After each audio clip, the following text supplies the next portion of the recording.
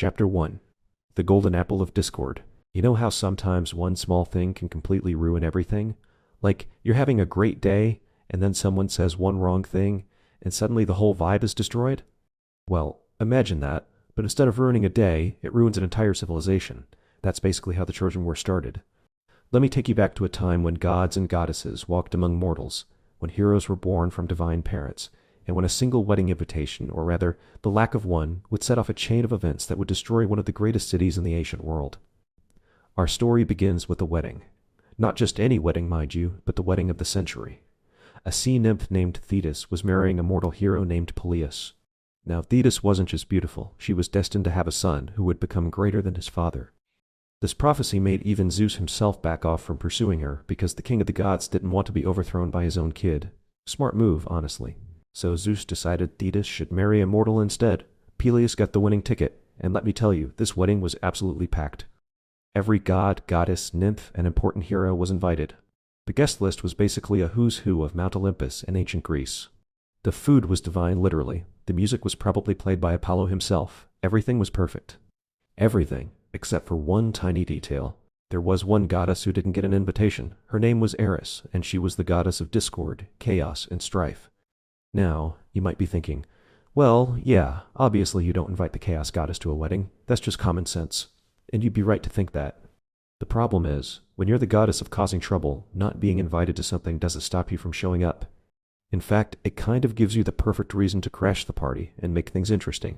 So there's Eris, standing outside this magnificent celebration, watching everyone have a good time without her. She could hear the laughter, see the dancing, smell the ambrosia. And she was not happy about it, but Eris wasn't the type to just storm in and flip tables. No, she was much more creative than that. She had a plan. A simple, elegant, absolutely devastating plan. Eris took out a golden apple, and this wasn't just any golden apple. This thing was perfect. It gleamed like the sun itself. It was the kind of apple that made you want it the moment you saw it. But the apple itself wasn't the real weapon. It was what Eris inscribed on it that mattered. 3 simple words. To the fairest. That's it. Just those 3 words. And with those 3 words, Eris was about to plant the seed of the most famous war in ancient history. She didn't make a big dramatic entrance. She didn't announce herself or cause a scene. She simply tossed the golden apple right into the middle of the wedding celebration and left. Just yeeted it into the party and walked away. The ultimate mic drop moment. Now, imagine you're at this wedding, having a great time, and suddenly this gorgeous golden apple appears out of nowhere with "To the fairest" written on it. People start gathering around, wondering where it came from, and then someone picks it up and reads the inscription out loud. To the fairest. The room goes quiet, because everyone there knows what this means. Whoever this apple belongs to is being declared the most beautiful being at this party. And at a party full of gods and goddesses, that's a pretty bold claim to make. 3 goddesses stepped forward almost immediately. And not just any goddesses. These were 3 of the most powerful beings in the entire Greek pantheon. First was Hera, queen of the gods, wife of Zeus, and goddess of marriage. She was used to being respected, honored, and, yes, admired. Of course the apple should be hers. Second was Athena, goddess of wisdom and warfare, who sprang fully formed from Zeus's head. She was brilliant, strategic, powerful, and beautiful in her own right. Clearly, the apple belonged to her. And third was Aphrodite, the goddess of love and beauty itself. This was literally her whole thing. If anyone deserved an apple labeled "To the fairest," it was obviously the goddess whose entire existence was based on beauty and desire. Each goddess was absolutely convinced that the apple was meant for her, and none of them were willing to back down. Because gods and goddesses don't really do humble, they definitely don't do second place. The wedding that was supposed to celebrate love and unity had just become ground zero for a divine rivalry that would echo through the ages.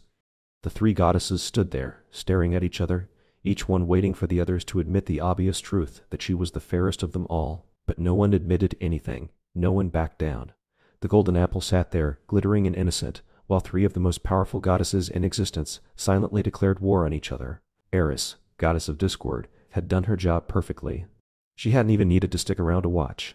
That one golden apple, those 3 simple words, had just set in motion events that would lead to thousands of deaths, the fall of a great city, and stories that people would tell for thousands of years. All because someone didn't get a wedding invitation. And this, my friends, was just the beginning. Chapter 2. The Judgment of Paris. So we left off with 3 extremely powerful goddesses, all claiming the same golden apple, and none of them willing to back down. Now, if you think your family arguments get heated, Imagine three immortal beings with the power to destroy cities arguing about who's the prettiest. Yeah, it was awkward. The thing is, nobody wanted to be the one to judge this contest, because here's the problem. Pick one goddess, and you make two very powerful enemies. And these aren't the kind of enemies who just unfringe you on social media. These are the kind who can turn you into a tree or make your life miserable for eternity. So everyone at that wedding suddenly became very interested in their shoes. The goddesses took their argument all the way up to Zeus, king of the gods himself. Surely the most powerful god in existence could settle this, right? They stood before him, each one making her case, each one absolutely certain she deserved the apple. Zeus looked at Hera, his wife, then at Athena, his daughter, then at Aphrodite, who was giving him that look that had made countless mortals and gods fall at her feet. And Zeus, the mighty king of gods who had fought titans and ruled over heaven and earth, made the wisest decision of his life. He said, "Nope, not touching this one." Because Zeus wasn't stupid, he knew that the moment he picked one of them, his life would become a living nightmare. Can you imagine picking anyone other than your wife in a beauty contest? Hera would have made his life miserable. But pick Hera just because she's his wife. Athena and Aphrodite would never let him hear the end of it. So Zeus did what any smart person would do when faced with an impossible situation. He delegated. He decided that a mortal should judge the contest, someone who didn't have to live on Mount Olympus and deal with the fallout every single day. Someone far away who could make the choice and then, well, deal with the consequences down there on Earth. And Zeus knew just the guy. His name was Paris, and he was a prince of Troy. Well, technically he was a prince, but he didn't know that yet. See, Paris had a complicated backstory.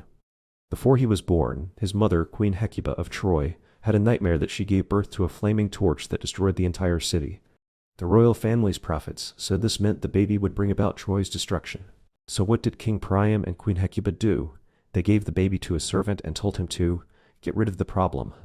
But the servant couldn't bring himself to kill a baby, so he left Paris on a mountainside. Classic ancient Greek parenting, honestly. But Paris didn't die. He was found by shepherds who raised him as their own. By the time our story picks up, Paris had grown into a handsome young man who spent his days tending sheep on Mount Ida, completely unaware that he was actually royalty. He was just a shepherd living his best life, probably not expecting that three goddesses were about to appear and make things very complicated. Zeus sent Hermes, the messenger god, to deliver the news. Imagine you're Paris, just hanging out with your sheep, and suddenly the messenger of the gods appears and says, "Hey, so three goddesses are having an argument, and Zeus wants you to decide which one is the most beautiful." Cool? Paris probably thought he was dreaming, or going crazy. But when goddesses appear before you in all their glory, you don't really get to say no. Hera, Athena, and Aphrodite stood before this mortal shepherd, and each one made her pitch. But here's where things get interesting, because this wasn't just about beauty anymore. Each goddess decided to sweeten the deal with a little bribe, and we're not talking about gift cards here. Hera went first. As queen of the gods, she offered Paris power. Not just any power, she promised him rule over all of Europe and Asia. She would make him the most powerful king in the world. Every kingdom would bow before him. Every ruler would know his name. Just pick her, and the entire world could be his. That's a pretty solid offer, right?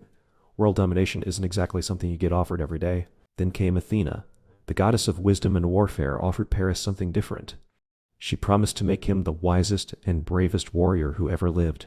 Victory in every battle. Glory that would echo through the ages. She would make him invincible in war, and his name would be remembered as the greatest military hero in history. Also pretty tempting. Who wouldn't want to be an unbeatable warrior with legendary wisdom? But then Aphrodite stepped forward. The goddess of love and beauty smiled at Paris and made her offer.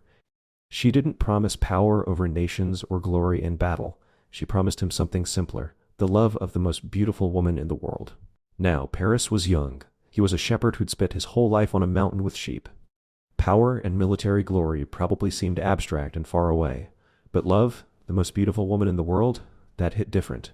Aphrodite told him about Helen of Sparta. She was so beautiful that she'd had practically every prince in Greece fighting over her. She was the daughter of Zeus himself, divine beauty in mortal form.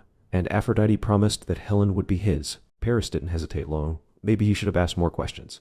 Like, hey, is this Helen person married, or will there be any consequences to this? But he was young, he was smitten with the idea, and honestly, he was probably overwhelmed by having three goddesses staring at him waiting for an answer. He picked up the golden apple and handed it to Aphrodite. In that moment, Paris made Aphrodite very happy. He also made Hera and Athena very, very angry. Two of the most powerful goddesses in existence had just been rejected by a mortal shepherd, and they weren't the type to forgive and forget. Paris had no idea what he'd just done. He thought he'd just won himself a beautiful wife. What he'd actually done was guarantee that Hera and Athena would do everything in their power to destroy him and his city. The judgment was made, the deal was sealed, and the countdown to the Trojan War had officially begun. All because of one golden apple and one young man who chose love over power. Chapter 2. The Judgment of Paris. So, we left off with 3 extremely powerful goddesses, all claiming the same golden apple, and none of them willing to back down. Now, if you think your family arguments get heated, imagine 3 immortal beings with the power to destroy cities arguing about who's the prettiest. Yeah, it was awkward. The thing is, nobody wanted to be the one to judge this contest, because here's the problem. Pick one goddess, and you make 2 very powerful enemies. And these aren't the kind of enemies who just unfriend you on social media. These are the kind who can turn you into a tree or make your life miserable for eternity. So everyone at that wedding suddenly became very interested in their shoes. The goddesses took their argument all the way up to Zeus, king of the gods himself. Surely the most powerful god in existence could settle this, right? They stood before him, each one making her case, each one absolutely certain she deserved the apple. Zeus looked at Hera, his wife, then at Athena, his daughter, then at Aphrodite, who was giving him that look that had made countless mortals and gods fall at her feet. And Zeus, the mighty king of gods who had fought titans and ruled over heaven and earth, made the wisest decision of his life. He said, "Nope, not touching this one." Because Zeus wasn't stupid. He knew that the moment he picked one of them, his life would become a living nightmare. Can you imagine picking anyone other than your wife in a beauty contest? Hera would have made his life miserable, but pick Hera just because she's his wife. Athena and Aphrodite would never let him hear the end of it. So Zeus did what any smart person would do when faced with an impossible situation. He delegated. He decided that a mortal should judge the contest. Someone who didn't have to live on Mount Olympus and deal with the fallout every single day. Someone far away who could make the choice and then, well, deal with the consequences down there on Earth. And Zeus knew just the guy. His name was Paris, and he was a prince of Troy. Well, technically he was a prince, but he didn't know that yet. See, Paris had a complicated backstory. Before he was born, his mother, Queen Hecuba of Troy, had a nightmare that she gave birth to a flaming torch that destroyed the entire city. The royal family's prophets said this meant the baby would bring about Troy's destruction. So what did King Priam and Queen Hecuba do? They gave the baby to a servant and told him to get rid of the problem. But the servant couldn't bring himself to kill a baby, so he left Paris on a mountainside. Classic ancient Greek parenting, honestly. But Paris didn't die. He was found by shepherds who raised him as their own. By the time our story picks up, Paris had grown into a handsome young man who spent his days tending sheep on Mount Ida, completely unaware that he was actually royalty. He was just a shepherd living his best life, probably not expecting that 3 goddesses were about to appear and make things very complicated. Zeus sent Hermes, the messenger god, to deliver the news.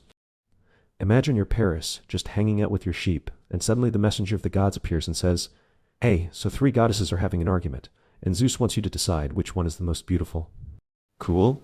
Paris probably thought he was dreaming, or going crazy, but when goddesses appear before you in all their glory, you don't really get to say no. Hera, Athena, and Aphrodite stood before this mortal shepherd, and each one made her pitch. But here's where things get interesting, because this wasn't just about beauty anymore. Each goddess decided to sweeten the deal with a little bribe. And we're not talking about gift cards here. Hera went first. As queen of the gods, she offered Paris power. Not just any power, she promised him rule over all of Europe and Asia. She would make him the most powerful king in the world. Every kingdom would bow before him. Every ruler would know his name. Just pick her, and the entire world could be his. That's a pretty solid offer, right? World domination isn't exactly something you get offered every day. Then came Athena, the goddess of wisdom and warfare, offered Paris something different. She promised to make him the wisest and bravest warrior who ever lived, victory in every battle, glory that would echo through the ages. She would make him invincible in war, and his name would be remembered as the greatest military hero in history. Also pretty tempting. Who wouldn't want to be an unbeatable warrior with legendary wisdom? But then Aphrodite stepped forward. The goddess of love and beauty smiled at Paris and made her offer. She didn't promise power over nations or glory in battle. She promised him something simpler, the love of the most beautiful woman in the world. Now, Paris was young. He was a shepherd who'd spent his whole life on a mountain with sheep. Power and military glory probably seemed abstract and far away, but love, the most beautiful woman in the world, that hit different. Aphrodite told him about Helen of Sparta. She was so beautiful that she'd had practically every prince in Greece fighting over her. She was the daughter of Zeus himself, divine beauty in mortal form, and Aphrodite promised that Helen would be his. Paris didn't hesitate long. Maybe he should have asked more questions. Like, hey, is this Helen person married? Or will there be any consequences to this? But he was young, he was smitten with the idea, and honestly he was probably overwhelmed by having three goddesses staring at him waiting for an answer. He picked up the golden apple and handed it to Aphrodite. In that moment, Paris made Aphrodite very happy. He also made Hera and Athena very, very angry. Two of the most powerful goddesses in existence had just been rejected by a mortal shepherd, and they weren't the type to forgive and forget. Paris had no idea what he'd just done. He thought he'd just won himself a beautiful wife. What he'd actually done was guarantee that Hera and Athena would do everything in their power to destroy him and his city. The judgment was made, the deal was sealed, and the countdown to the Trojan War had officially begun, all because of one golden apple and one young man who chose love over power. Chapter 3. Helen of Sparta. So Aphrodite promised Paris the most beautiful woman in the world. Great, awesome. What could possibly go wrong with that plan? Well, literally everything, as it turns out.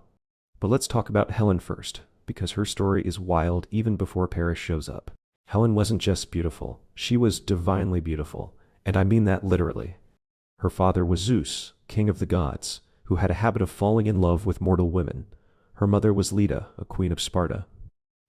According to legend, Zeus transformed himself into a swan to be with Leda, which is weird even by Greek mythology standards. But the point is, Helen was half god, and it showed. From the moment Helen was old enough to be noticed, men lost their minds over her. And I'm not exaggerating. We're talking about every eligible prince, king, and hero in Greece showing up to try to win her hand in marriage. Her foster father, King Tyndareus of Sparta, had a massive problem on his hands. He had dozens of the most powerful men in Greece camped out at his palace, all demanding to marry Helen. Now, Tyndareus knew that the moment he picked one guy, all the others would be furious. Some of them had armies, some had powerful families. This could easily turn into a bloodbath. He needed a solution, and fast. This is where Odysseus comes in. Yes, the same Odysseus who would later come up with the Trojan Horse idea. Even back then, he was the cleverest guy in the room. Odysseus proposed a solution: make all the suitors swear an oath. The oath of Tyndareus, as it came to be known, was brilliant. Every suitor had to promise that they would defend whichever man Helen chose to marry. If anyone ever wronged Helen's husband or tried to steal her away, all the men who took the oath would have to come to his defense. Basically, mess with Helen's marriage, and you're messing with every major military power in Greece. Everyone agreed. They really didn't have much choice. It was either take the oath or give up on Helen. So they all swore, probably thinking this was just a formality and nothing would ever come of it. Helen chose Menelaus. He wasn't the most powerful or the most handsome of her suitors, but he was the brother of Agamemnon, the king of Mycenae, which made him a solid political choice. Plus, Menelaus genuinely seemed to love her, and she would become queen of Sparta. They got married, settled into palace life, and had a daughter named Hermione. Everything seemed perfect. Meanwhile, back in Troy, Paris had returned home and discovered he was actually a prince. The prophecy about him destroying Troy had been kind of forgotten, or at least, everyone decided to ignore it because he seemed like a nice guy. Paris was welcomed back into the royal family, and King Priam was just happy to have his son back. Then Aphrodite reminded Paris about her promise. She'd given him the golden apple victory, and now it was time to collect his prize. The most beautiful woman in the world was waiting for him. There was just one tiny detail Aphrodite might have mentioned earlier: Helen was already married. But Aphrodite was the goddess of love, not the goddess of good decision-making. She basically told Paris, don't worry about it, go to Sparta, I'll make it work. So Paris, being young and probably not thinking this through, decided to take a diplomatic trip to Sparta. This was actually pretty normal. Princes visited other kingdoms all the time to build alliances and trade relationships. Menelaus welcomed Paris as a guest. Following the sacred rules of hospitality that were super important in ancient Greece, Paris stayed at the palace, and Menelaus treated him like an honored friend. They feasted together, exchanged gifts, and shared stories. Everything was going fine. But then Menelaus had to leave on a trip to Crete for a funeral, and he left Paris there at the palace with Helen. Bad idea. Really, really bad idea. Now, here's where the story gets complicated, because ancient sources disagree on what happened next. Some versions say Paris kidnapped Helen against her will, that he waited until Menelaus was gone, and then forced her onto his ship. Other versions say Helen fell in love with Paris and went willingly, choosing passion over her marriage. Aphrodite definitely used her powers to make sure Helen was attracted to Paris, so there was divine meddling involved either way. The truth? We'll never know. Maybe it was a bit of both. Maybe Helen was torn between duty and desire. Maybe she was enchanted by Aphrodite's magic and couldn't resist. Or maybe she saw a chance at a different life and took it. What we do know is this: When Menelaus returned home, Helen was gone. Paris had sailed back to Troy, and Helen was with him, and Menelaus was absolutely furious. This wasn't just about a stolen wife. This was about honor, respect, and the sacred rules of hospitality. Paris had been welcomed as a guest, trusted as a friend, and he betrayed that trust in the worst possible way. In the world of ancient Greece, this was unforgivable. Menelaus went straight to his brother Agamemnon and told him what happened. Agamemnon, being the most powerful king in Greece, saw an opportunity. Sure, he wanted to help his brother get revenge, but he also saw a chance to unite all of Greece under his command and maybe conquer Troy in the process. Troy was rich, powerful, and controlled important trade routes. This wasn't just about Helen anymore. This was about power and glory. And then Agamemnon remembered the oath of Tyndareus. Every major king and hero in Greece had sworn to defend Helen's marriage. They'd given their word. And in ancient Greece, breaking an oath was a big deal, the kind of thing that could bring down the wrath of the gods. Agamemnon sent messengers to every man who'd taken the oath. The message was simple. Helen has been taken. Troy has insulted all of Greece. It's time to honor your promise. One by one, the heroes of Greece began to gather. Some came willingly, eager for glory and adventure. Others came reluctantly, bound by their oath. But they came. All because of Helen. Helen, who may or may not have wanted to leave. Helen, whose beauty had launched what would become 1,000 ships. Helen, who would forever be known as the face that started the greatest war of the ancient world. The pieces were falling into place. The stage was set. And the Trojan War was about to begin. Chapter 4. The Gathering of Heroes. So Agamemnon had just called in the biggest favor in Greek history. Thanks to the oath of Tyndareus, he had every major warrior in Greece obligated to join his war against Troy. And let me tell you, this was like assembling the ancient world's version of a superhero team. Except some of these heroes really didn't want to be there. Agamemnon positioned himself as the commander-in-chief of the entire Greek force. He was the most powerful king in Greece. He had the biggest army, and honestly, he wasn't the type to share the spotlight. His plan was simple. Gather every fighting man who'd sworn the oath, sail to Troy, get Helen back, and probably burn the city to the ground while they were at it. Just normal war stuff. But not everyone was eager to sign up for this adventure. Some of these heroes had families, responsibilities, and zero interest in dying for someone else's marriage problems, so they got creative with their excuses. Take Odysseus, for example. Remember him? The clever guy who came up with the whole oath idea in the first place? Yeah, that genius move had come back to bite him. Odysseus was happily married to Penelope, had a baby son named Telemachus, and was living his best life as king of Ithaca. The last thing he wanted was to leave his family for some war that could take years. So when Agamemnon's messengers showed up at his door, Odysseus pretended to be insane, and he didn't just act a little weird, he went all out. He hitched his plow to an ox and a donkey, which makes no sense for farming, and started plowing his fields while scattering salt instead of seeds. Just completely bizarre behavior designed to make everyone think he'd lost his mind. The messengers weren't stupid, though. They suspected Odysseus was faking. So one of them, a guy named Palamedes, decided to test him. He took Odysseus's baby son Telemachus and placed him right in front of the plow. Now, if Odysseus was really crazy, he'd just keep plowing right over his own kid. But of course, he wasn't actually insane. He was just trying to avoid a war. The moment he saw his son in danger, Odysseus stopped the plow immediately. His cover was blown. He had to admit he was faking and agree to join the war. Odysseus was not happy about this, and he definitely held a grudge against Palamedes for it. But that's a story for another time. Then there was the matter of finding Achilles. You know, the greatest warrior who would ever live? Yeah, his mother was trying to hide him. Thetis. Achilles' mom, the same sea nymph whose wedding started this whole mess, had received a prophecy about her son. If Achilles went to Troy, he would win eternal glory and fame, but he would die young. If he stayed home, he would live a long, peaceful life, but nobody would remember his name. Thetis, being a mom, chose life over glory. She disguised Achilles as a girl and hid him on the island of Skyros among the daughters of King Lycomedes. Achilles, who was probably a teenager at this point, went along with it, though he did end up having a secret relationship with one of the princesses there, so it wasn't all bad for him. But the Greeks needed Achilles. A prophet named Calchas had told them that Troy could never fall without him. So Odysseus, who was already annoyed about being tricked into this war, was sent to find him. Odysseus arrived at Skyros disguised as a merchant selling goods. He laid out his merchandise jewelry, fine clothes, beautiful fabrics, all the stuff you'd show to young women. But he also included weapons and armor in the mix. The king's daughters all went for the pretty things. They were interested in the jewelry and the dresses. But one girl in the group immediately grabbed the sword and shield, testing their weight and balance. Busted. That was Achilles. Odysseus had found him, and honestly, Achilles didn't seem too upset about being discovered. Part of him probably wanted to go to war, to prove himself. to win that eternal glory the prophecy promised. He agreed to join the expedition, bringing with him his closest friend, Patroclus, and his own private army called the Myrmidons. The heroes kept coming. Ajax the Great, a massive warrior who was like a one-man army. Diomedes, a young king who would prove to be one of the best fighters in the entire war. Nestor, an old king who'd seen everything and gave advice to everyone, whether they wanted it or not. Idomeneus, Philoctetes, and dozens of other champions, each bringing their own ships and soldiers. The prophet Calchas joined them too. He was the guy who could read the future through signs and omens, and he'd already made some predictions about the war. He said they'd need Achilles check. Got him. He said the war would last 10 years, not great news, but okay. And he would later make predictions that would cause some serious problems, but we'll get to those. The gathering point was Aulis, a harbor where the fleet assembled. And what a fleet it was. Ships kept arriving day after day until the harbor was packed with vessels. Ancient sources say there were 1,000 ships in total. That's probably an exaggeration. Ancient Greeks loved to exaggerate numbers. But even if it was half that, we're still talking about the largest military expedition ever assembled in the Greek world up to that point. Each ship carried around 50 men soldiers, rowers, supplies. Do the math, and you're looking at somewhere between 50,000 to 100,000 men preparing to sail to Troy.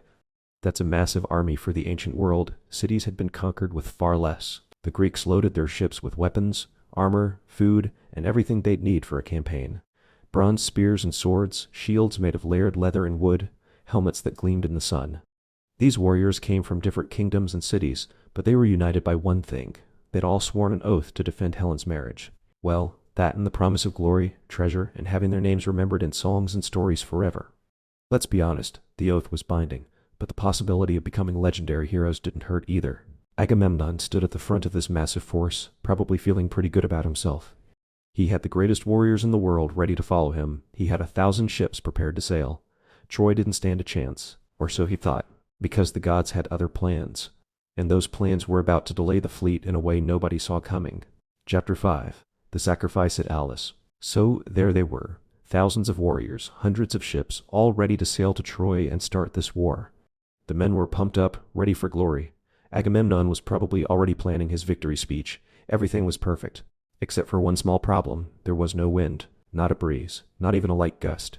The sea was completely calm, like glass. The sails hung limp and useless. And day after day, the fleet just sat there in the harbor at Aulis, going absolutely nowhere. At first, it was just annoying. The warriors figured the wind would pick up eventually, but days turned into weeks. The supplies started running low. The men got restless. Fights broke out in the camps. Morale was dropping fast, and still no wind. Agamemnon called for Calchas, the prophet. "What's going on?" he demanded. "Why won't the winds blow?" Calchas did his prophet thing, reading the signs, interpreting the omens, communing with the gods. And when he came back, he had bad news. Really bad news. The goddess Artemis was angry. Now, Artemis was the goddess of the hunt, wild animals, and the wilderness.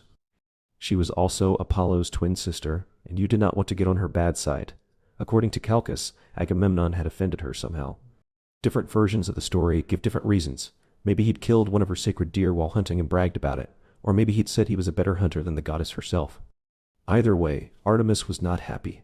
And when a goddess isn't happy, she makes everyone else unhappy too. Artemis had stopped the winds. She was holding the entire Greek fleet hostage, and according to Calchas, there was only one way to make her let them go. She demanded a sacrifice. Not just any sacrifice she wanted, Agamemnon's daughter, Iphigenia. Let that sink in for a moment. The commander of the entire Greek army was being told by the gods that if he wanted to go to war, he'd have to sacrifice his own child. His daughter. A young girl who had nothing to do with this war, nothing to do with Helen or Paris or any of it. Agamemnon was faced with an impossible choice. Give up the war, abandon his oath, lose all his authority and respect, or kill his own daughter to appease an angry goddess. This is the kind of moment that shows you who someone really is. And Agamemnon made his choice. He chose the war, but he couldn't just tell his wife Clytemnestra, "Hey, I need to borrow our daughter so I can sacrifice her to Artemis." That conversation wouldn't go well, so Agamemnon came up with a plan, a terrible, cruel plan. He sent a message to Clytemnestra back home saying that Achilles wanted to marry Iphigenia, and they should come to Aulis for the wedding. It was supposed to be a happy occasion, their daughter marrying the greatest hero in Greece. Clytemnestra was thrilled. Iphigenia was probably excited and nervous, the way anyone would be before their wedding. They made the journey to Aulis expecting a celebration. Instead, they walked into a nightmare. When Clytemnestra found out the truth that there was no wedding, that her husband had lied to her, that he planned to kill their daughter, she was devastated. Furious, heartbroken, she begged Agamemnon to change his mind. She pleaded with the other kings to stop this madness. But Agamemnon wouldn't budge. He'd made his choice. The needs of the army, the demands of the gods, the glory of the war, all of it mattered more to him than his daughter's life. Different versions of this story have different endings. In some versions, Iphigenia goes bravely to her fate, accepting her role in something bigger than herself. In others, she's terrified and has to be dragged to the altar. In one version, Artemis takes pity at the last moment and replaces Iphigenia with a deer, whisking the girl away to serve as a priestess. But the damage was done either way. Even if Iphigenia survived, Agamemnon had been willing to kill her. He'd lied to his wife, betrayed his family, and chosen war over his own child. Clytemnestra would never forgive him. Never. Remember that name, Clytemnestra. Because this moment, right here, planted seeds of hatred that would eventually destroy Agamemnon. What goes around comes around, even for kings. After the sacrifice, or whatever actually happened on that altar, the winds finally began to blow. Artemis had gotten what she wanted. The sails filled, the ships began to move, and the Greek fleet finally left Aulis. The men cheered. They were finally going to Troy, finally going to win glory and honor, finally starting their great adventure. But the cost had been terrible. An innocent girl had been sacrificed for a war over another woman. A family had been torn apart before the fighting even began, and a wife had been given every reason to hate her husband. As the 1,000 ships sailed across the Aegean Sea toward Troy, their white sails bright against the blue water, they must have been an impressive sight. The greatest military force ever assembled, ready to bring down a legendary city. But if you looked closely at Agamemnon's ship, you might have noticed Clytemnestra standing on the shore, watching them leave. And if you could have read her mind, you would have seen that she was already planning her revenge. The Greeks thought the hard part was over. They thought the worst was behind them. They had no idea what was waiting for them at Troy. They had no idea that this war would last 10 brutal years. They had no idea how many of them would never see their homes again. The wind filled their sails, and the fleet sailed toward destiny, toward glory, toward death. The Trojan War had officially begun. Chapter 6. The First Landing and 9 Years of Siege. The Greek fleet arrived at Troy, and the soldiers got their first look at what they were up against. And honestly, they probably had a moment of, oh, this is going to be harder than we thought. Troy wasn't just some small town with wooden walls. This was a massive, fortified city built on a hill with walls so thick and high that they looked impossible to breach. According to legend, the gods Apollo and Poseidon had helped build these walls, which explained why they were so ridiculously strong. The city sat in a strategic position controlling trade routes, which was why it was so wealthy. The Trojans had been preparing their defenses since the moment Paris brought Helen home. But before we get to the siege, there was another prophecy to deal with. Because of course there was. You can't have a Greek myth without at least a dozen prophecies. This one said that the first Greek warrior to step onto Trojan soil would be the first to die. Now, imagine being on those ships, knowing this prophecy, and watching the beaches get closer and closer. Everyone's just standing there, armed and ready, but nobody wants to be the first one off the boat. Awkward silence. Everybody suddenly very interested in checking their armor or adjusting their shields. But there was one warrior named Protesilaus who decided that someone had to do it. Someone had to be first. And if that meant he was going to die, at least he'd die with honor and be remembered forever. So Protesilaus jumped off the ship and charged onto the beach. He fought bravely. He actually took down quite a few Trojans in those first moments, but the prophecy was the prophecy. A Trojan warrior, some say it was Hector himself, Troy's greatest champion, killed Protesilaus right there on the beach. The first casualty of the Trojan War, the man who gave his life so the rest of the army could land safely. His story is actually pretty tragic. He'd just gotten married before leaving for Troy, and his wife mourned him for the rest of her life. But that's war. Heroes die, families grieve, and the fighting continues. With the beaches secured, the Greeks set up camp and prepared for what they thought would be a quick siege. Take the city, get Helen back, go home as heroes. Simple, right? Wrong. So very wrong. The Greeks immediately realized they had a problem. Those walls were not coming down. They tried everything: direct assaults, siege towers, battering rams. Nothing worked. The Trojans would just stand on top of their walls and rain arrows down on anyone who got too close. It was like trying to knock down a mountain with a stick. And Troy had allies. Lots of them. Kingdoms from all over Asia Minor sent troops to help defend the city. So the Trojans weren't just hiding behind their walls. They were coming out to fight, and they were good at it. The war that was supposed to last a few months dragged on. Months became a year. 1 year became 2, then 5, then 9. 9 years. Let that sink in. These warriors had left their homes, their families, their kingdoms, thinking they'd be back in time for the next harvest. Instead, they were stuck on a beach in front of a city that refused to fall, fighting a war that seemed to have no end. So what did the Greeks do for 9 years? Well, they couldn't breach the city, but they could make Troy's life miserable in other ways. Achilles led raids on the surrounding cities and towns that were allied with Troy. Every city that supported Troy, every kingdom that sent them supplies, Achilles attacked them all. And Achilles was terrifyingly good at this. He conquered city after city, cutting off Troy's support and resources. He captured treasure, took prisoners, and built his reputation as the most dangerous warrior alive. Stories spread about him, the man who couldn't be killed in battle, the warrior who fought like a force of nature. Other heroes had their moments too. Ajax was like a wall, massive, strong, nearly impossible to get past. Diomedes proved himself to be an incredible fighter. Odysseus used his cleverness to raid supply lines and outsmart the Trojans at every turn. But for all their small victories, the Greeks still couldn't take Troy itself. The city stood defiant, its walls unbroken, its people determined not to surrender. Inside Troy, life went on as normally as possible during a siege. Prince Hector led the Trojan forces and proved to be every bit as good a warrior as Achilles.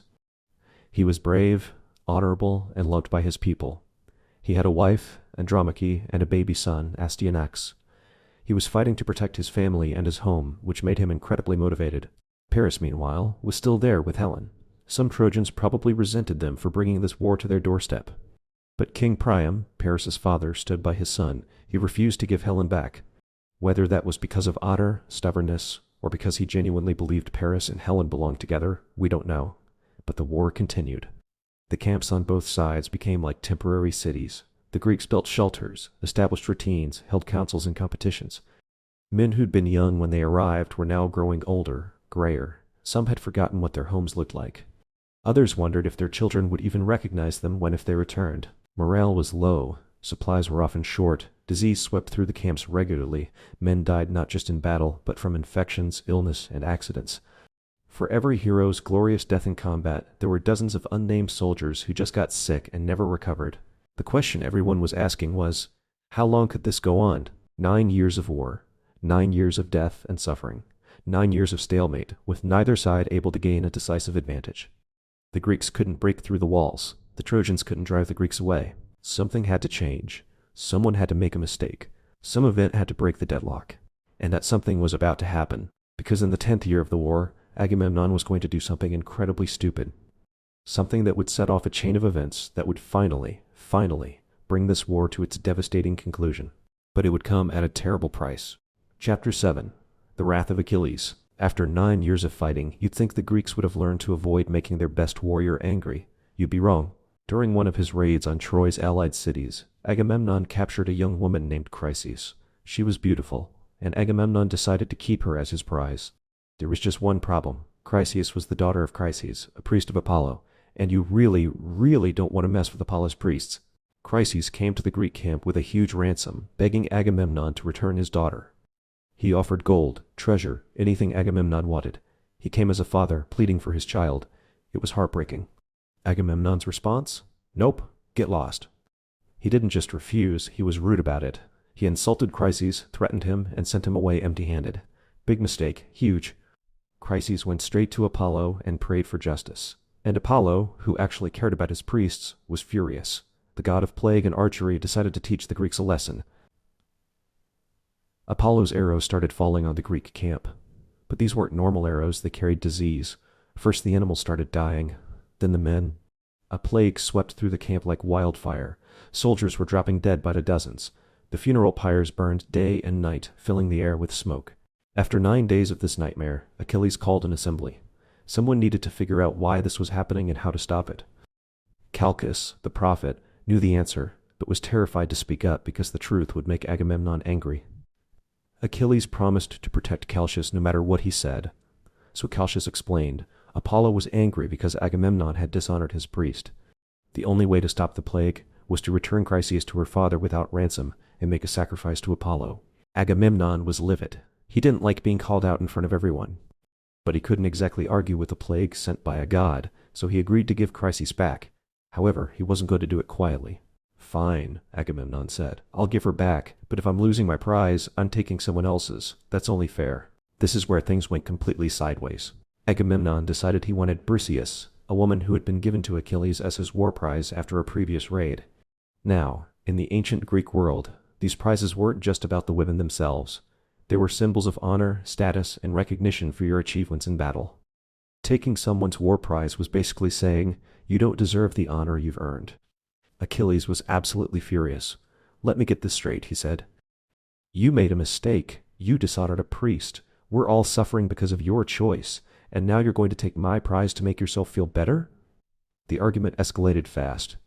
These were two men with massive egos and zero interest in backing down. Achilles pointed out that he'd been doing most of the heavy lifting in this war. He'd conquered more cities, won more battles, and earned more glory than anyone else.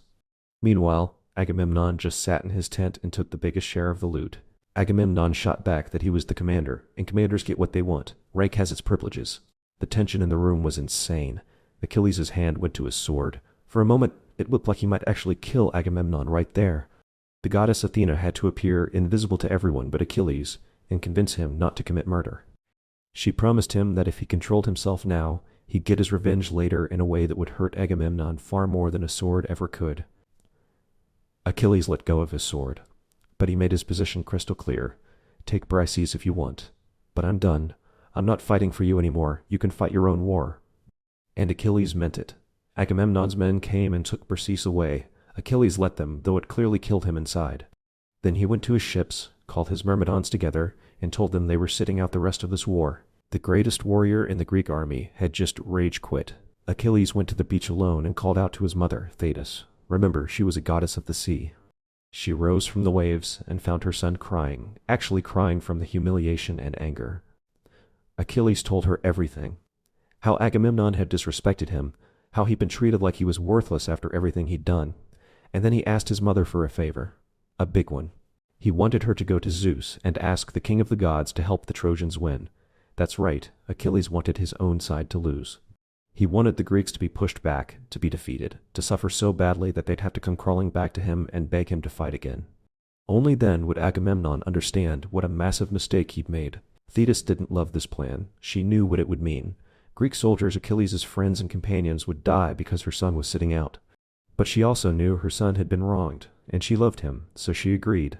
Thetis went to Mount Olympus and found Zeus. She reminded him of old favors she'd done for him and asked him to honor her son. Zeus was hesitant. His wife Hera was pro-Greek, and this would cause drama, but he owed Thetis, and he agreed. Zeus would let the Trojans win. He would let Hector and his forces push the Greeks back, burn their ships, and bring them to the edge of total defeat, all so that Agamemnon would learn a lesson. Back at the Greek camp, nobody quite realized what was about to happen. Sure, Achilles had withdrawn from the fighting, but they had other heroes, right? They'd be fine. They were not going to be fine. Because without Achilles, everything was about to change. The tide of the war was about to turn. And men were about to die, a lot of men, all because two proud warriors couldn't set aside their egos long enough to work together. The wrath of Achilles had been unleashed, and it was going to cost the Greeks dearly. Chapter 8. Troy's Resurgence. So Achilles was sitting in his tent, furious and refusing to fight. The rest of the Greeks were probably thinking, it'll be fine. We've been fighting for 9 years without always relying on him. How bad could it be? The answer, really, really bad. Zeus kept his promise to Thetis. He started tipping the scales in favor of the Trojans.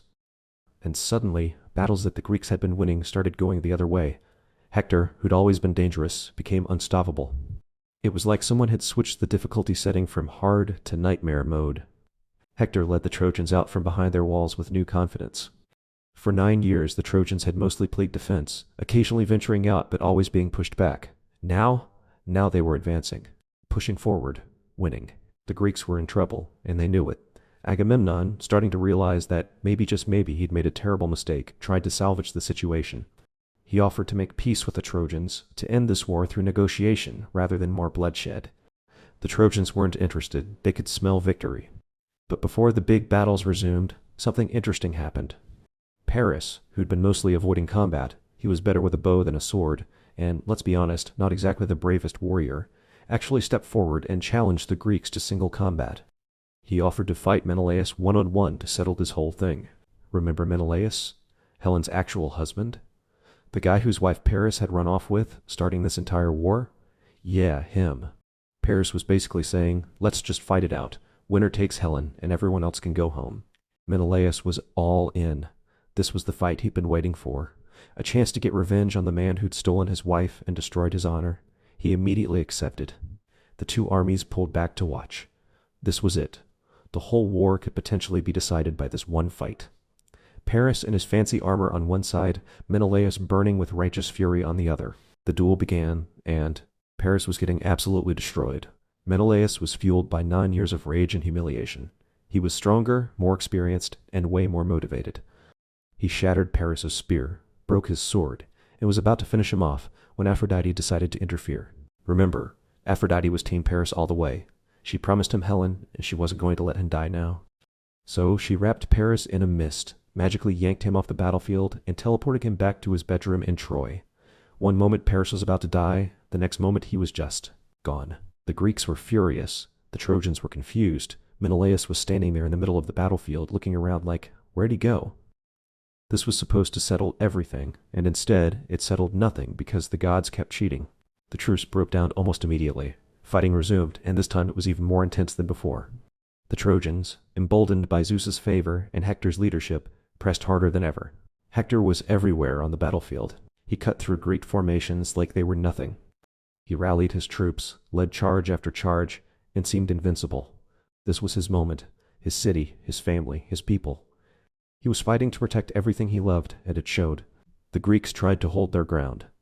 Ajax the Great stood like a tower, his massive shield protecting his comrades, his spear taking down anyone who got too close. He was one of the few heroes who could match Hector's strength. Diomedes fought brilliantly, even wounding some gods who got too involved in the fighting. Yes, really, he actually stabbed Aphrodite and Ares at different points, which was either incredibly brave or incredibly stupid. But even Diomedes couldn't be everywhere at once. The battle raged closer and closer to the Greek ships. This was bad. If the Trojans reached the ships and burned them, the Greeks would be trapped. They couldn't sail home. They'd be stranded in enemy territory with no way out. It would be total defeat. Agamemnon tried sending an embassy to Achilles, offering him everything, gifts, treasure, even Briseis back with apologies. They begged him to return to the fight. Achilles refused. His pride was wounded too deeply. He said he was going to sail home and live a long, peaceful life. The war could go on without him. But standing nearby, listening to all this, was Patroclus, Achilles' best friend, his closest companion since childhood. Patroclus was watching Greek soldiers dying by the dozens. He heard their screams, saw the wounded being carried past Achilles' tent, watched the funeral pyres multiply, and it was killing him inside. Patroclus understood why Achilles was angry. He agreed that Agamemnon had been completely wrong, but was pride worth all these deaths? Was Achilles' honor more important than the lives of their comrades? The fighting continued. The Trojans pushed forward, step by step, body by body. They were getting so close to the ships that the Greeks could practically feel the heat if those ships caught fire. Hector led another charge, his helmet gleaming, his voice rallying his men. The Trojans surged forward like a wave. The Greeks fell back, desperately trying to hold the line. Ajax was still fighting, still holding position, but even he was getting tired. You could see the exhaustion in every movement. He'd been fighting for hours, holding off dozens of Trojans, and there were only so many times one man could be a hero before his body gave out. The Trojan forces were literally at the Greek ships now. Some were already trying to set them on fire. If even one ship caught flame, it could spread to the entire fleet. From his tent, Patroclus watched all this happening. He saw his friends dying. He saw Ajax barely holding on. He saw the ships their only way home about to burn. And he made a decision.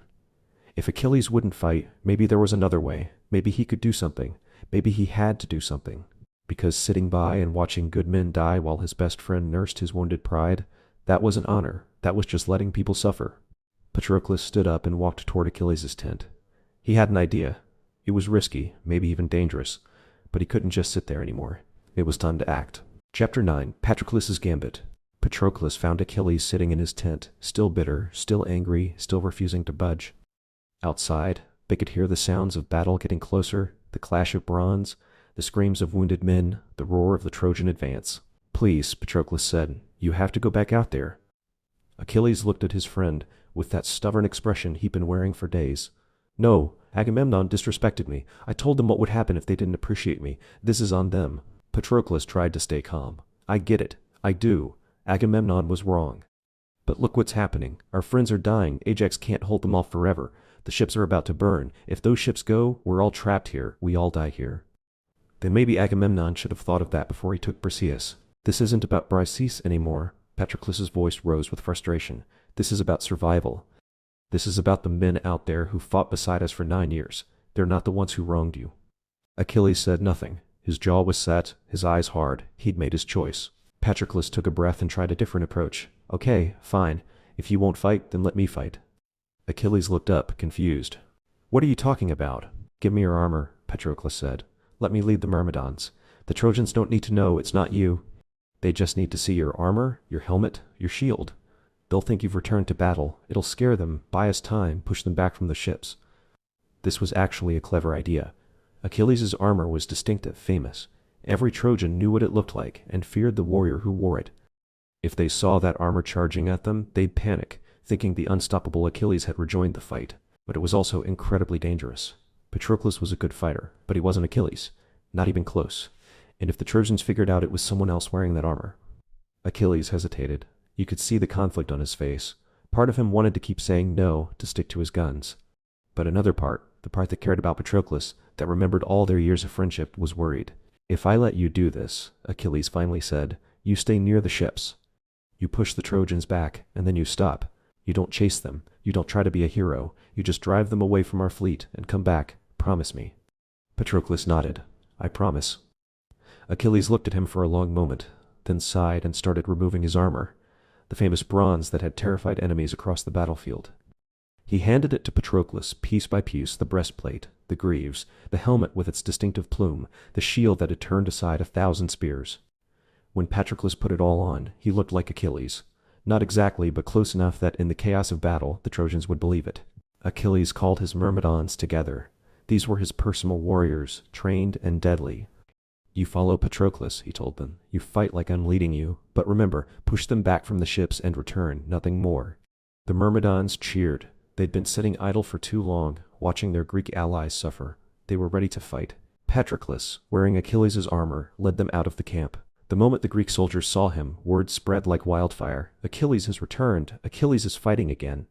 The Greek morale skyrocketed instantly. Men who'd been ready to give up suddenly found new strength. They rallied, reformed their lines, and pushed back with renewed energy. The Trojans saw the distinctive armor and panicked.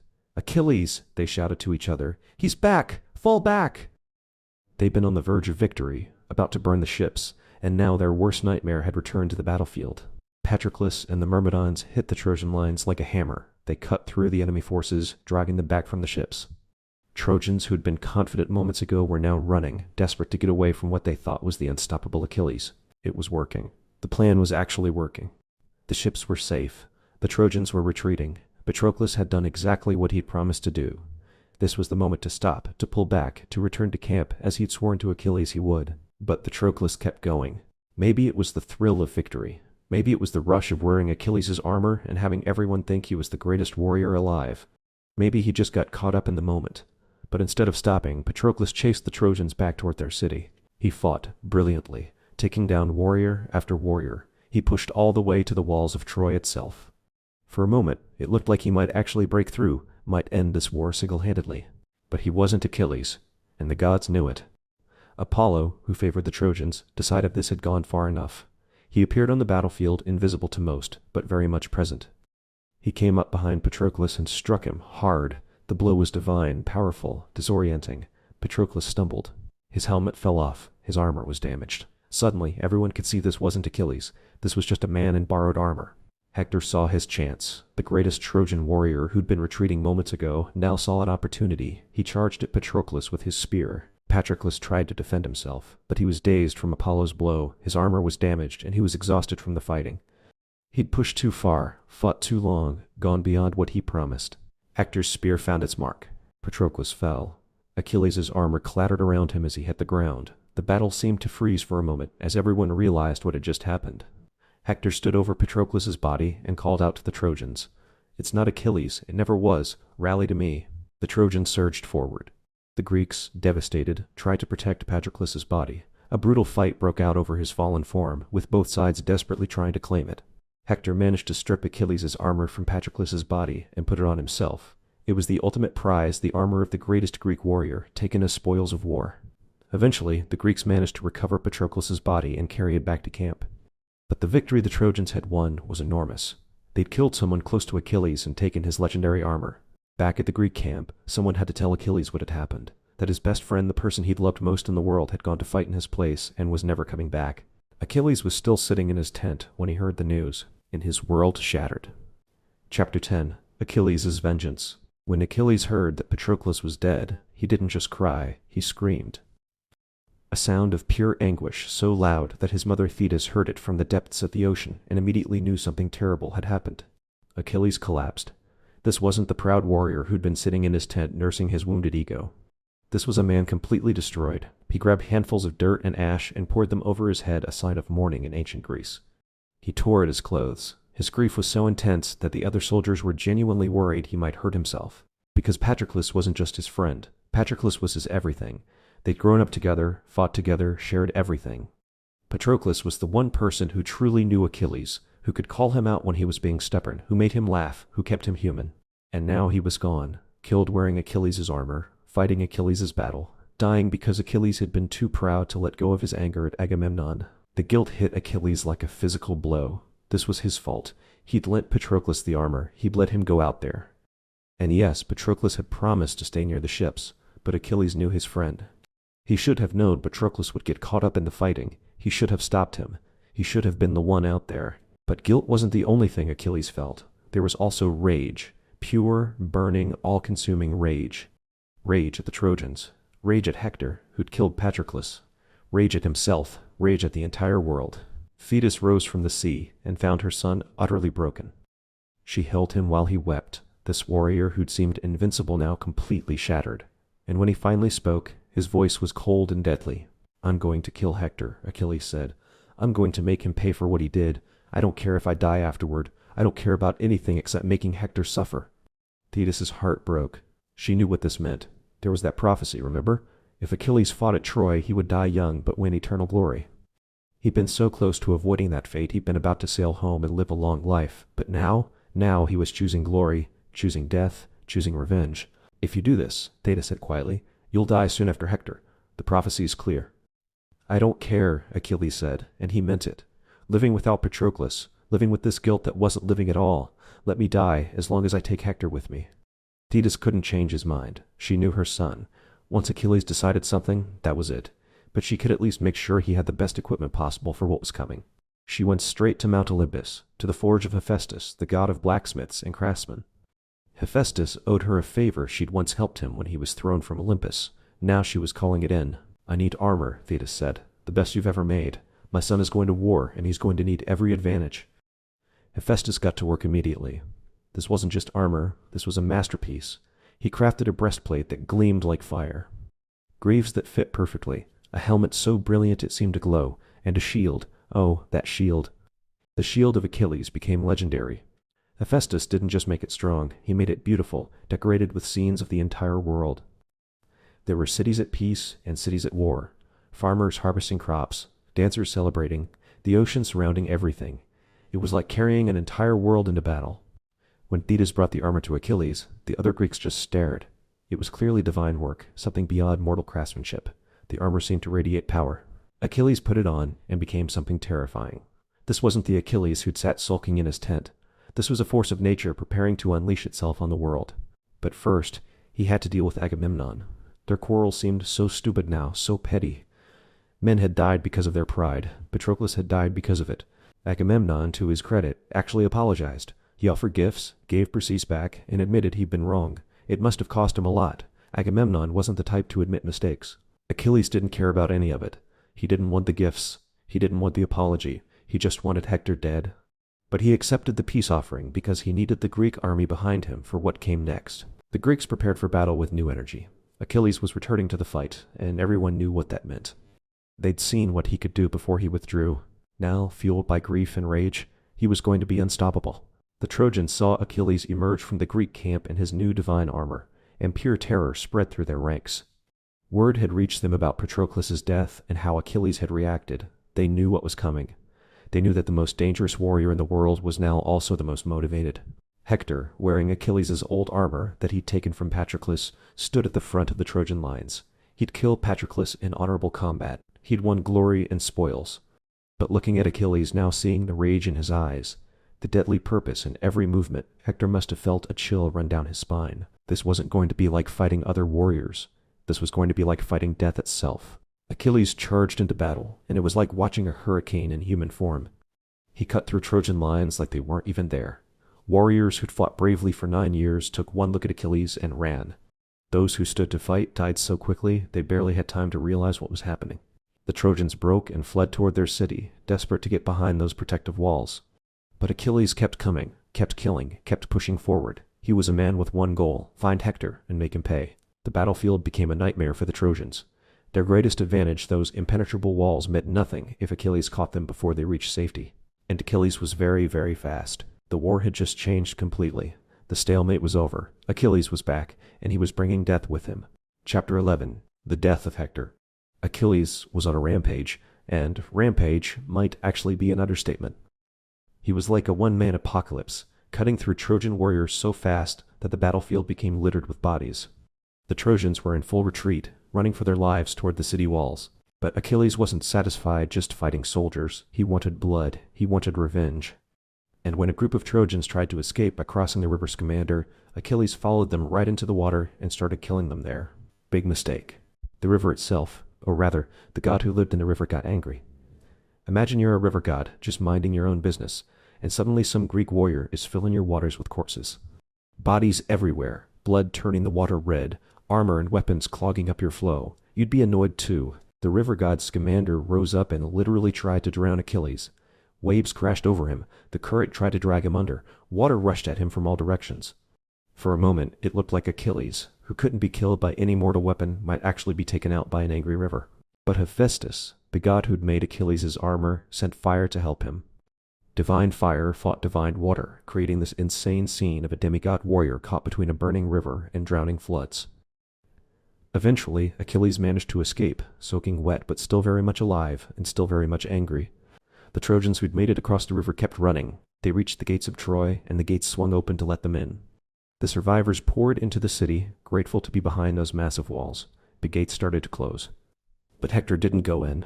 Troy's greatest warrior, their champion, the man who'd been holding the Greeks off for 9 years, stood outside the gates, alone, waiting. His father, King Priam, stood on the walls above, begging him to come inside. "Please, my son, come into the city. You can't fight Achilles. He'll kill you." His mother, Queen Hecuba, was crying, pleading with him to be sensible. "Hector, please, we need you alive. The city needs you. Your wife needs you. Your son needs you." But Hector stood his ground. He'd killed Patroclus. He'd taken Achilles' armor as a prize. He'd dealt Achilles the worst blow possible. Running away now, hiding behind walls, that wasn't who Hector was. Plus, he probably felt responsible. His brother Paris had started this war. Hector had been fighting it ever since. Maybe he thought that if he could kill Achilles, the Greeks would give up and go home. Or maybe he just knew that hiding wouldn't save him forever, and if he had to face Achilles eventually, better to do it now on his own terms. So Hector waited. Achilles came around the bend and saw him. Their eyes met across the battlefield. The moment felt frozen in time. Two warriors, both legendary, both fighting for what they believed in. One driven by love of family and city, the other by grief and rage. And then Hector's courage failed him. Look, we can't really blame him. This was Achilles in his divine armor, fresh from killing half the Trojan army, eyes burning with the promise of death. Hector was brave, but he wasn't stupid. He looked at Achilles, and his body made the decision for him. He ran. Achilles chased him. And not just around the battlefield, around the entire city of Troy. 3 times they circled the walls, Hector running for his life, Achilles pursuing relentlessly. The Trojans watched from the walls in horror. The Greeks watched from their camp in anticipation. It was like the whole war paused to witness this chase. Every time Hector tried to get close to the gates, hoping to slip inside, Achilles would cut him off. Every time Hector tried to turn and fight, his courage would fail, and he'd keep running. Zeus himself watched from Mount Olympus, weighing the fates of both men in his golden scales. Finally, the gods decided Hector's time was up. Athena, who'd hated the Trojans ever since Paris didn't pick her for the golden apple, appeared to Hector disguised as his brother. "I'll help you fight him," she said. "Together we can take him." Hector, exhausted from running and desperate for help, believed her. He stopped running and turned to face Achilles. Athena immediately vanished. It had been a trick. Hector was alone, but there was no more running. Hector was too tired, and his pride wouldn't let him anyway. If he was going to die, he'd die fighting. "Achilles," Hector called out, his voice steady despite everything, "let's make a deal. Whoever wins, we treat the loser's body with respect. No desecration. We return the body to their family for proper burial." Achilles' response was cold and flat. "No deals, no mercy. You killed Patroclus, now you die." The duel began. Hector threw his spear first, a good throw, straight and true. It hit Achilles' shield, the one Hephaestus had made, and bounced off harmlessly. Hector reached for another spear, but the brother who'd promised to help him wasn't there with extra weapons. He'd been tricked. He had nothing left. Achilles threw his spear. Hector dodged it, and the spear buried itself in the ground behind him. But then Athena, invisible, picked it up and headed it back to Achilles. More divine cheating. Hector drew his sword and charged. It was his only option. If he was going down, he'd go down fighting like the warrior he was. They clashed in close combat. Hector fought well. He was skilled, experienced, and desperate. But Achilles was on another level. He knew exactly where to strike. He'd given that armor to Patroclus. He knew every gap, every weak point. Achilles' spear found the gap in the armor at Hector's throat. The strike was precise, deadly, but not immediately fatal. Hector fell, dying, but still conscious. As he lay there, Hector looked up at Achilles and spoke his final words. "I beg you," he said, his voice weak, "return my body to my family. Let them bury me properly." "No," Achilles said. "I hope the dogs and birds tear you apart." Hector's eyes were fading, but he managed one last prophecy. "Paris and Apollo will kill you at these very gates. You won't have long to celebrate this victory." Then Hector died. The greatest defender of Troy was gone. What Achilles did next shocked even the watching Greeks. He stripped the armor from Hector's body, his own old armor that Hector had taken from Patroclus. Then he tied Hector's feet to his chariot and dragged the body behind it, around and around the walls of Troy. King Priam and Queen Hecuba watched in horror as their son's body was desecrated. Hector's wife, Andromache, collapsed when she saw. This wasn't just disrespectful. It was savage, cruel, a violation of everything honorable warriors were supposed to do. But Achilles didn't care about honor anymore. He cared about pain. His pain, their pain, everyone's pain. Patroclus was dead, and the world needed to suffer for it. He dragged Hector's body back to the Greek camp, leaving a trail of dust and blood behind him. Achilles had his revenge. But the cost of that revenge to his own humanity, to any chance of peace, was something he couldn't even see yet. Chapter 12. Priam's Plea. For days Achilles kept Hector's body. He didn't bury it, he didn't burn it, he didn't do anything a decent warrior should do with a fallen enemy. Instead, every morning, he'd tie the corpse to his chariot again and drag it around Patroclus' funeral mound, around and around, day after day. It was brutal. It was disrespectful. And honestly, it was starting to disturb even the other Greeks. There's revenge, and then there's whatever this was. The gods were watching all this, and most of them were pretty uncomfortable too. Apollo protected Hector's body from actually rotting or being torn apart by animals, a small mercy, but at least the corpse remained intact. Still, watching Achilles' rage play out day after day was getting old.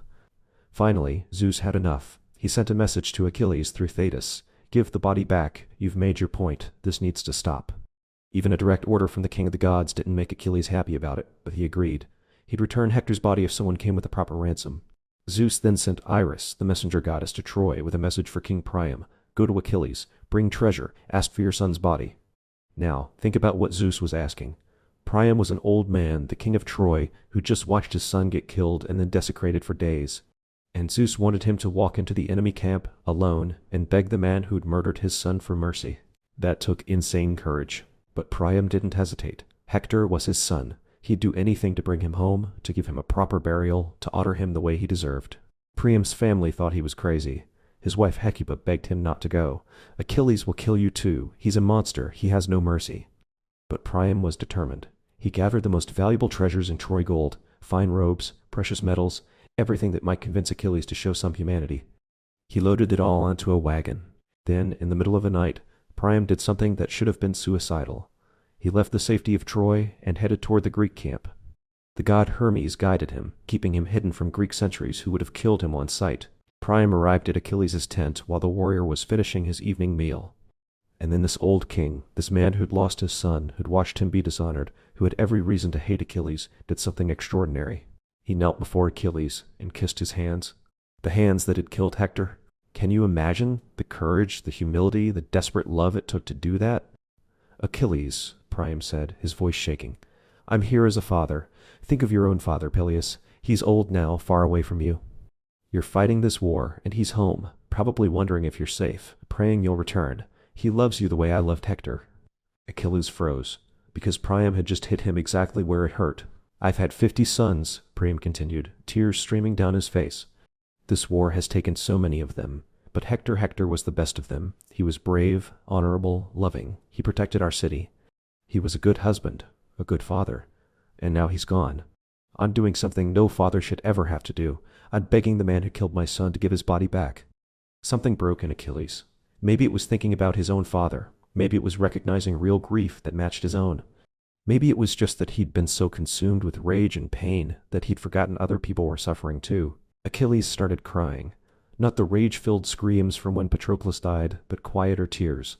Sad, exhausted tears. He stood up and gently lifted Priam to his feet. "You shouldn't have to kneel," he said quietly. The two men stood there in the tent, an old Trojan king and a young Greek warrior, both destroyed by this war, both mourning people they'd loved. In that moment, they weren't enemies. They were just two human beings broken by grief. Achilles called his servants and told them to wash Hector's body, to dress it in fine robes, to prepare it with honor. He did this out of Priam's sight because he was worried the old man might say something if he saw Hector's wounds, and Achilles might lose his temper again. He was trying to do the right thing, but his rage was still close to the surface. When Hector's body was prepared and placed on the wagon, Achilles invited Priam to eat with him. It's a weird thing sharing a meal with the man who killed your son. But in ancient Greece, sharing food was sacred. It was a sign of peace, however temporary. They ate together in silence at first. Then they talked. Really talked. Priam told stories about Hector as a boy. Achilles talked about Patroclus. They shared their grief like two old friends, even though they were technically enemies. Priam asked for time to hold proper funeral rites for Hector. 11 days to mourn, and on the 12th, they'd fight again if they had to. Achilles agreed. He even promised that the Greeks wouldn't attack during the truce. For nearly 2 weeks, the war would pause so both sides could honor their dead. That night, Priam slept in Achilles' tent, the safest place in the Greek camp, ironically. In the morning, with Hermes' help again, he took his son's body back to Troy. When the Trojans saw their king return it with Hector's body, the entire city poured out to meet him. The mourning was intense, overwhelming. Hector's wife Andromache held his body and wept. His mother Hecuba, his brothers, his friends, everyone in Troy grieved. For 11 days they mourned. They held ceremonies, burned offerings, shared memories. On the 12th day, they held Hector's funeral. They burned his body on a massive pyre, as was the custom. They honored him as the hero he was, the defender of Troy, the man who'd held off the Greeks for 9 years. The Greeks, true to Achilles' word, didn't attack. They held their own ceremonies for Patroclus and the other fallen warriors. For those 11 days, the war stopped. There was no fighting, no killing, no hatred. Just grief on both sides, shared and understood. It couldn't last, of course. The truce had an end date, the war would continue, more people would die, but for those 11 days, humanity broke through the violence. Two fathers, one who'd lost a son, one who would lose his life, soon found a moment of peace in the middle of chaos. It was the calm before the final storm, because with Hector gone, Troy had lost its greatest defender. And with Achilles having found some measure of peace, fate was preparing to collect on his prophecy. The end was coming for both of them. Chapter 13, New Champions and the Death of Achilles. After Hector's death, Troy was in serious trouble. Their greatest warrior was gone. The walls were still strong, but walls don't win battles.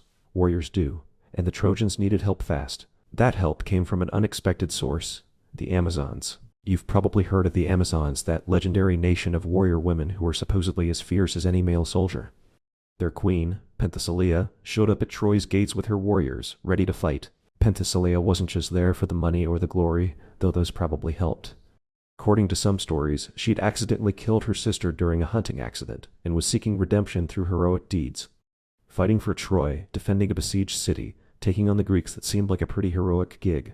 The Trojans were thrilled. Finally, a champion who could maybe match Achilles. Penthesilea was skilled, fearless, and led her Amazon warriors with the kind of confidence that came from years of battle experience. She charged onto the battlefield and immediately started causing problems for the Greeks. She fought like a force of nature, cutting down warriors left and right. For a moment, it looked like maybe Troy had found its new hope. But then she ran into Achilles. The fight was brief. Achilles was still the best warrior alive, and while Penthesilea was incredibly skilled, she was out of her league. Achilles' spear found its mark, and the Amazon queen fell. Here's where it gets sad. As Achilles stood over her body and removed her helmet, he saw her face for the first time. She was beautiful, young, brave. He'd just killed this remarkable warrior, and suddenly he felt something he hadn't felt in a long time: regret. Some Greek warriors mocked him for mourning an enemy. One guy in particular, Thersites, made some crude jokes about Achilles falling for a dead Amazon. Achilles got so angry that he punched Thersites and killed him instantly. Yeah, Achilles' temper was still very much an issue. But Troy's reinforcements weren't done yet. Next came Memnon, king of Ethiopia, and this was serious. Memnon was the son of Eos, the goddess of the dawn. Like Achilles, he was part divine, and like Achilles, he wore armor made by Hephaestus. This was basically the Bronze Age version of two top-tier characters meeting in a final boss battle. Memnon was everything Troy needed: strong, skilled, and actually capable of fighting Achilles on equal terms. The two demigods clashed on the battlefield while both armies watched. It was like watching titans fight. The ground shook with the impact of their blows. The battle went back and forth. Memnon was genuinely good. Some moments it looked like he might actually win.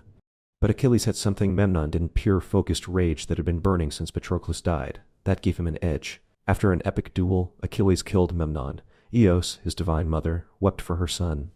According to legend, her tears became the morning dew, which is a poetic way of saying even goddesses grieve when their children die. With both Penthesilea and Memnon dead, Troy's hopes of finding someone to counter Achilles were pretty much gone. Achilles seemed truly invincible. He'd defeated everyone Troy threw at him. How do you stop someone who can't be beaten in combat? Paris had an idea. Well, Paris with some divine help had an idea.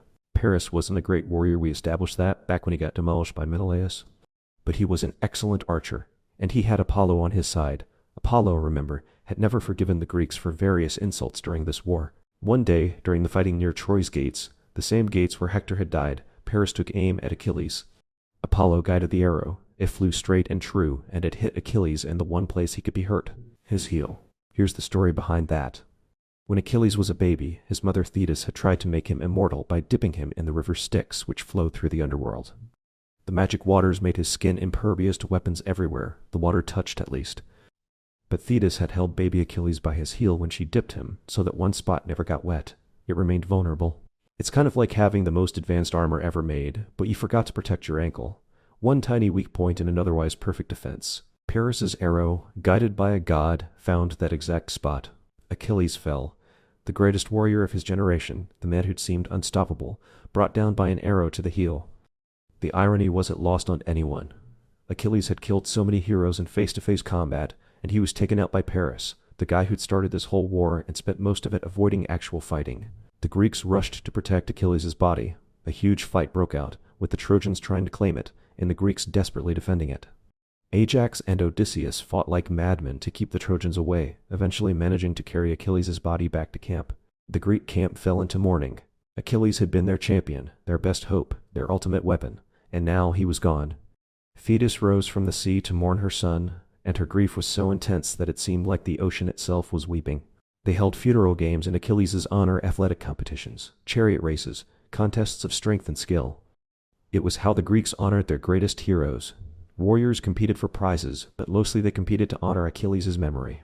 The most contentious moment came when they had to decide who would get Achilles' divine armor, the incredible set that Hephaestus had made. Both Ajax and Odysseus claimed they deserved it. They'd both been instrumental in recovering Achilles' body. They'd both been heroes throughout the war. The Greeks voted, and Odysseus won. Ajax was devastated. Some versions of the story say he went mad with grief and shame, feeling like his contributions had been ignored. His story ends tragically, but that's another tale. The prophecy had come true. Achilles had chosen glory over a long life. He'd come to Troy knowing he'd die young, and he had. But his name would echo through history forever. Thousands of years later, people still tell stories about Achilles, the greatest warrior who ever lived. But his death left the Greeks with a serious problem. Without Achilles, how were they going to win this war? Chapter 14, The Trojan Horse. So the Greeks had been at this for 10 years now. 10 years. They'd lost Achilles, their best warrior. They'd lost countless other heroes and soldiers. They'd tried everything: direct assault, siege tactics, waiting the Trojans out. Nothing worked. Those walls just wouldn't come down. The Greeks were exhausted, demoralized, and running out of ideas. Some were seriously considering just giving up and going home. After all, was Helen really worth a decade of their lives? Was any of this worth it anymore? But Odysseus, remember him, the clever one who'd tried to avoid this war by pretending to be crazy, had been thinking. And when Odysseus started thinking, interesting things happened. "We've been trying to break through the walls for 10 years, Odysseus said to the other Greek leaders. "What if we stop trying to break in and instead get them to invite us in?" The other Greeks stared at him like he'd lost his mind. "Why would the Trojans invite us into their city?" "They wouldn't invite us," Odysseus said with a smile, "but they might accept a gift." And that's how the most famous trick in ancient history was born. Odysseus proposed building a giant wooden horse.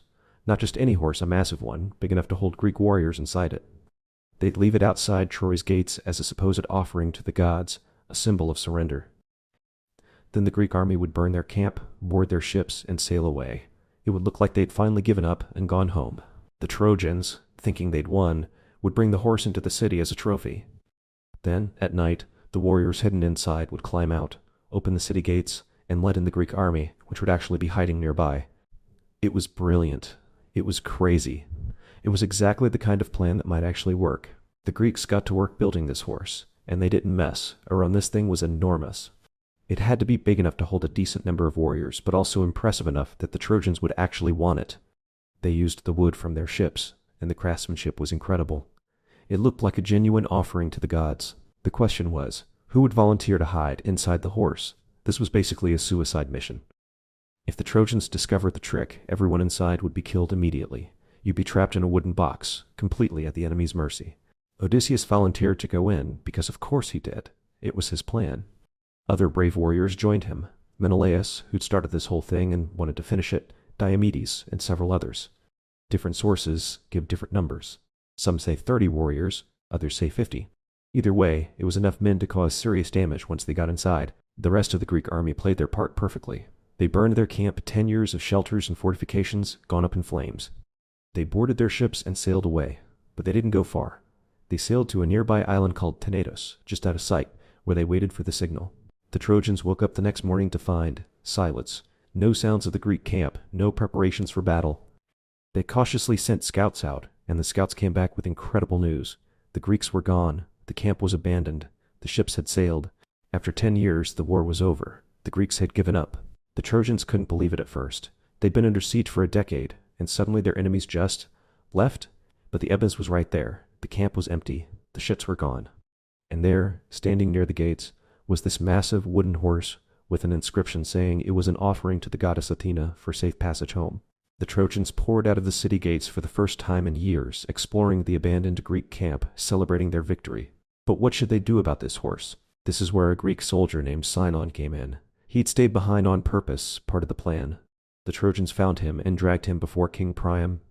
Sinon put on an incredible performance. He said the Greeks had abandoned him, that they planned to sacrifice him to the gods for safe passage home, but he'd escaped. He was a deserter, a traitor to the Greeks, and he wanted revenge. The horse, Sinon said when they asked about it, it's an offering to Athena. The Greeks built it too big to fit through your gates on purpose. The prophecy said that if Troy took it into the city, you'd be protected forever. That's why they made it huge to prevent you from bringing it in.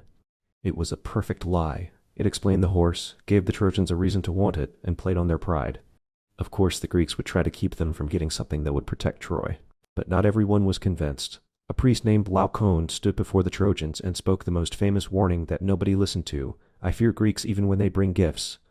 He urged them not to trust this obvious trap. To prove his point, Laocoon threw a spear at the horse.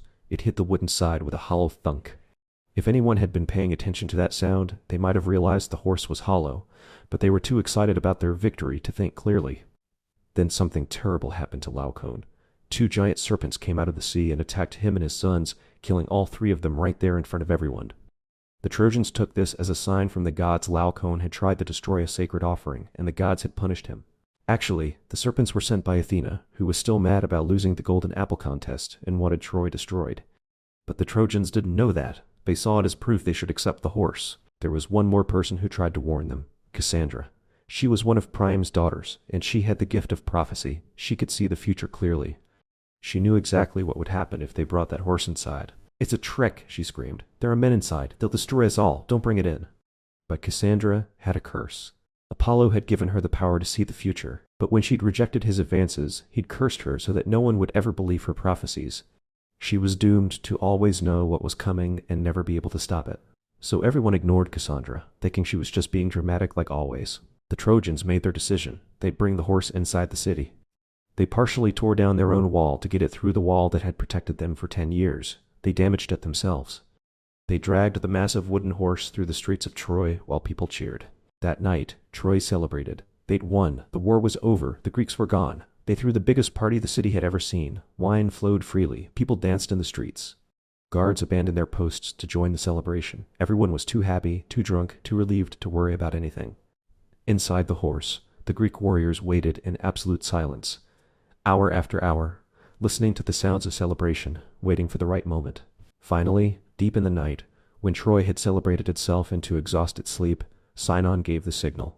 He lit a torch to tell the Greek fleet it was time to return, and Odysseus, from inside the horse, whispered the command his men had been waiting for. Now. Chapter 15. The Fall of Troy. The city of Troy slept. After hours of celebration, wine, and relief, the Trojans had finally collapsed into exhausted sleep. The streets that had been filled with dancing and singing were now quiet. Guards who should have been watching the walls were passed out from drinking. It was the deepest, most peaceful sleep Troy had experienced in 10 years. It was also the last peaceful moment the city would ever know. Inside the wooden horse, the hidden Greek warriors heard Odysseus give the signal. They'd been cramped in that wooden belly for hours, barely able to move, trying not to cough or sneeze or make any sound. Now, finally, it was time. They opened the hidden door in the horse's belly and climbed down. One by one, Greek warriors dropped silently into the sleeping city. Odysseus, Menelaus, Diomedes, and the others they'd made it. They were inside Troy's walls. After 10 years of trying to break through, they'd simply walked in through the front gate hidden in a wooden horse. The plan had actually worked. Their first objective was the gates. They moved quickly through the dark streets, avoiding the few people still awake, staying in the shadows. When they reached the main gates, those massive gates that had kept the Greeks out for a decade, they killed the sleeping guards and threw the gates open. Outside, the Greek army was waiting.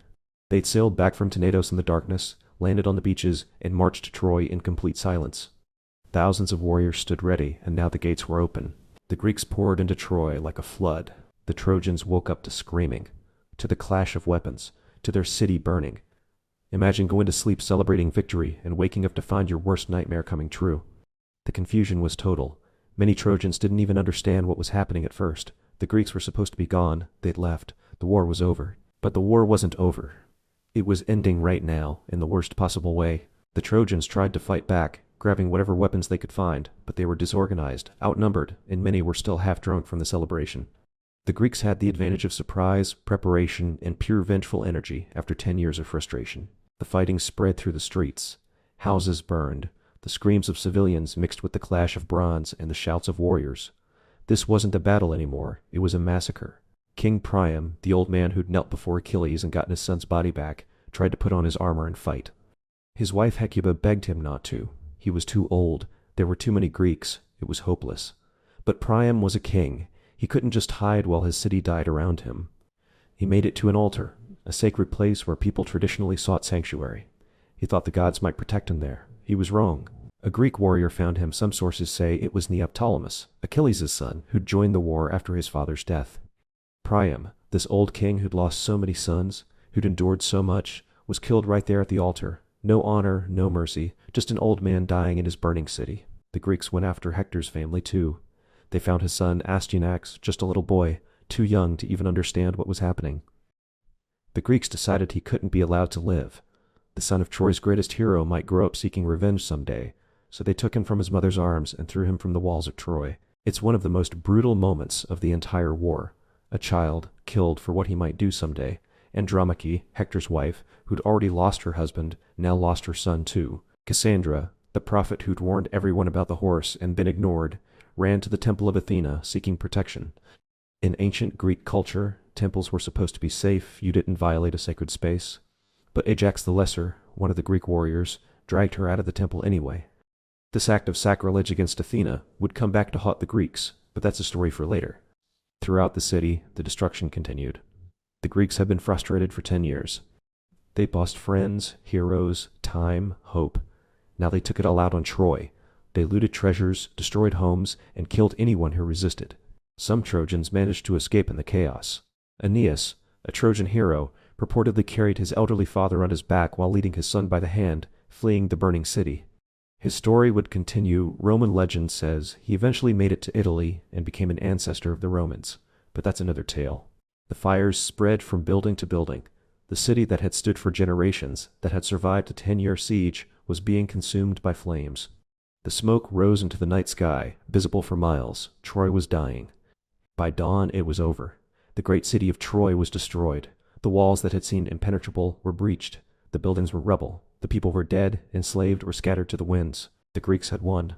After 10 years, countless deaths, and immeasurable suffering, they'd finally won. But looking at the burning ruins, standing among the bodies and the destruction, it was hard to tell who'd really won anything. The city was ashes. Families were shattered. Heroes from both sides were dead. The war that had started with a golden apple, escalated with a stolen woman, and raged for a decade, ended with fire and blood and the complete annihilation of one of the greatest cities in the ancient world.